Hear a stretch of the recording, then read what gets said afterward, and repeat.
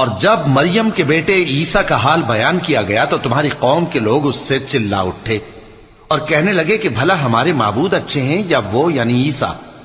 انہوں نے جو ان عیسیٰ کی مثال تم سے بیان کی ہے تو صرف جھگڑنے کو۔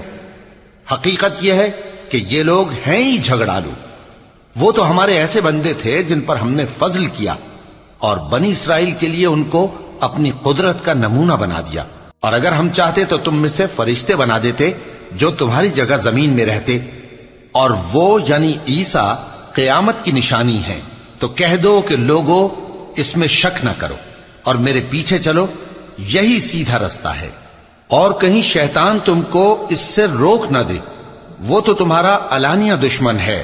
اور جب عیسیٰ نشانیاں لے کر آئے تو فرمایا کہ میں تمہارے پاس دانائی کی کتاب لے کر آیا ہوں، نیز اس لیے کہ بعض باتیں جن میں تم اختلاف کرتے ہو تم کو سمجھا دوں۔